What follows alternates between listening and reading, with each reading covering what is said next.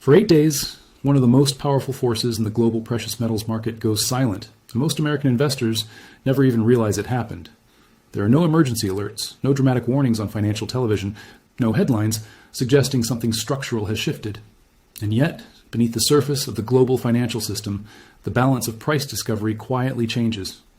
Because when Shanghai shuts down during extended national holidays, whether it's Golden Week or Lunar New Year, the Shanghai Gold Exchange, one of the largest physical gold trading hubs in the world, temporarily stops operating. And that pause matters more than most people in the United States understand. To see why, you first have to understand how gold and silver prices are actually determined. Contrary to popular belief, there's no single exchange in New York that sets the global price of gold. Instead, pricing is the result of a 24-hour global cycle. Trading flows from Sydney to Tokyo to Shanghai to London to New York, and then back again. Each region contributes liquidity, volume, and demand signals. When all major markets are open, they balance one another.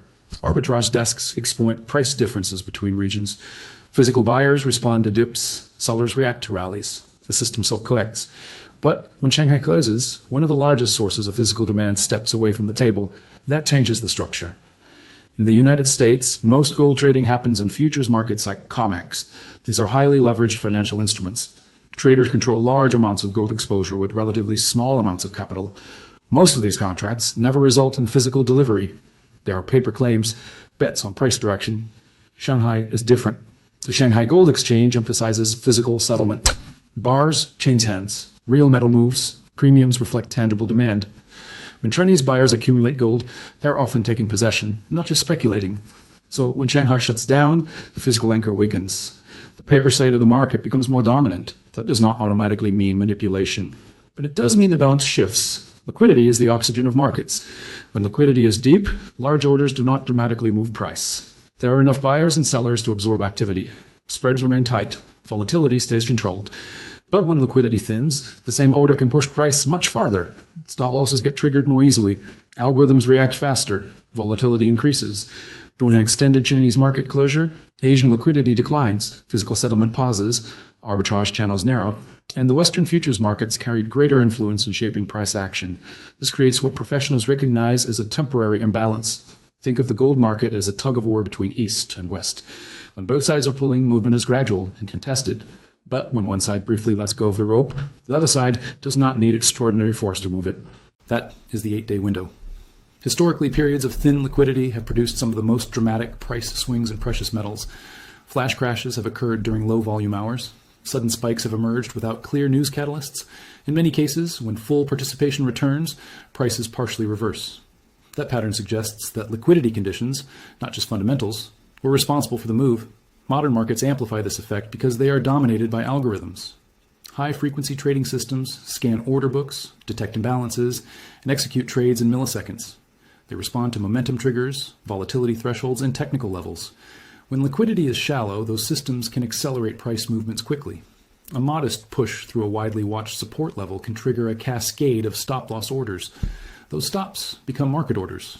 Market orders drive price lower. Algorithms detect momentum and add to the move.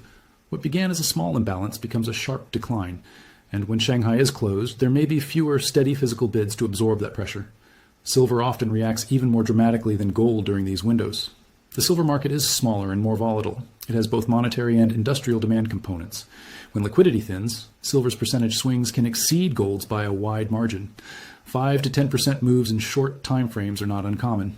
For retail investors holding SLV, mining stocks, or leveraged instruments, these swings can be unsettling.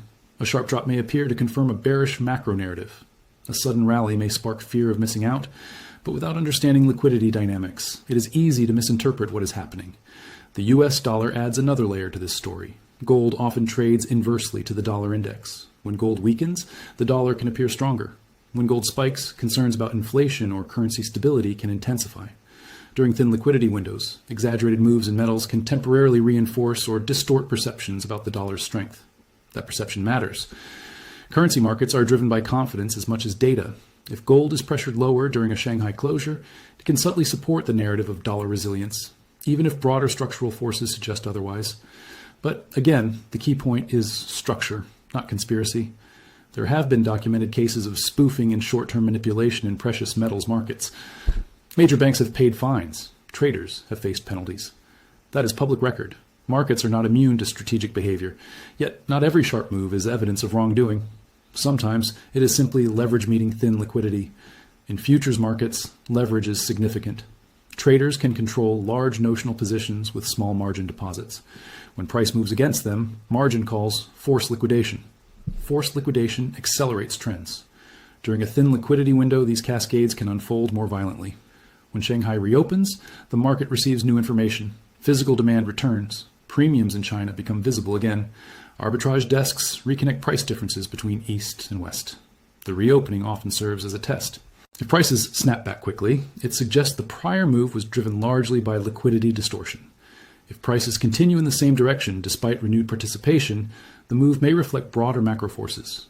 Professionals watch the reopening carefully. They examine open interest changes on COMEX. They monitor physical premiums in Asia. They track warehouse inventories and delivery requests. They analyze positioning data in the commitment of traders reports, because the reopening reveals whether the window created a temporary illusion or uncovered genuine momentum. Beyond short-term trading, this dynamic intersects with larger geopolitical themes. Central banks have been increasing gold purchases at one of the fastest paces in decades. China has been a significant buyer. Gold remains a reserve asset, a hedge against systemic risk and currency debasement.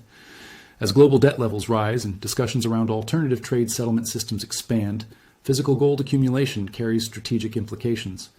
The divide between Western financialization and Eastern physical ownership is not merely academic. It reflects differing philosophies about monetary stability. During the 8-day Shanghai closure, Western paper markets temporarily dominate price discovery. But when physical demand re-enters, the balance shifts again. For American investors, the takeaway is awareness. Markets function differently when participation changes. Price does not move in a vacuum. Liquidity conditions matter. Calendar effects matter. Structural participation matters. If you see aggressive moves in gold or silver during a known Shanghai holiday, ask yourself, is this a fundamental shift or a liquidity window? Are technical levels breaking because of macro change or because resistance is thinner? Understanding this context can prevent emotional decisions. It can prevent panic selling at the bottom of a thin liquidity dip. It can prevent chasing a spike that lacks physical confirmation. The 8-day window is not a guarantee of manipulation. It is a recurring structural feature of a globally interconnected market. And structure shapes behavior. The Federal Reserve's policies still matter. Interest rates still influence real yields. Inflation data still impacts long-term trends. But short-term distortions can temporarily mask or exaggerate those forces. When real yields rise, gold often faces pressure. When yields fall, gold may benefit. Yet, during a Shanghai closure, leverage and liquidity conditions can produce moves that appear disconnected from those relationships. That is why experienced traders focus not only on headlines, but on market depth. They understand that markets are ecosystems. Remove one species temporarily, and the environment behaves differently. When Shanghai goes silent, the ecosystem changes. When Shanghai returns, balance often recalibrates. This pattern has repeated enough times to merit attention. It is not about predicting exact price movements. It is about recognizing vulnerability points in the structure. In financial markets, knowledge of structure provides an edge. It transforms volatility from chaos into context. The next time you see gold or silver moving aggressively during a period when Chinese markets are closed, remember that participation is uneven. The tug of war has shifted. Liquidity may be thinner. Technical breaks may carry less long-term significance than they appear. And when the East comes back online, watch closely. Because sometimes the most important force in the market is not the one making noise. It is the one that was temporarily absent.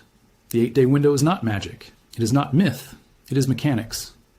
And in a world increasingly defined by leverage, algorithms, and geopolitical tension, understanding those mechanics may be one of the most valuable tools an investor can have. Because markets closed does not mean markets paused. It means the balance changed. And when the balance changes, opportunity and risk rise together. That is the story of the 8-day window. Not panic, not conspiracy, structure. And once you understand the structure, you begin to see volatility differently. Not as random chaos, but as the predictable result of who is present, who is absent, and how much liquidity stands between price and momentum. In global markets, presence is power. And for 8 days, when Shanghai is out, power shifts. The question is not whether that shift exists. The question is whether you recognize it before it moves the rope. If this video changed the way you look at the markets, if you now understand what happens when Shanghai steps out and liquidity shifts, and if you want deeper, smarter analysis on gold, silver, the Fed, the dollar, and the global financial system, hit the like button, subscribe to the channel, Because we don't follow headlines here. We break down structure, we decode the system, and the next liquidity window might already be forming. Stay informed. Stay ahead. Subscribe.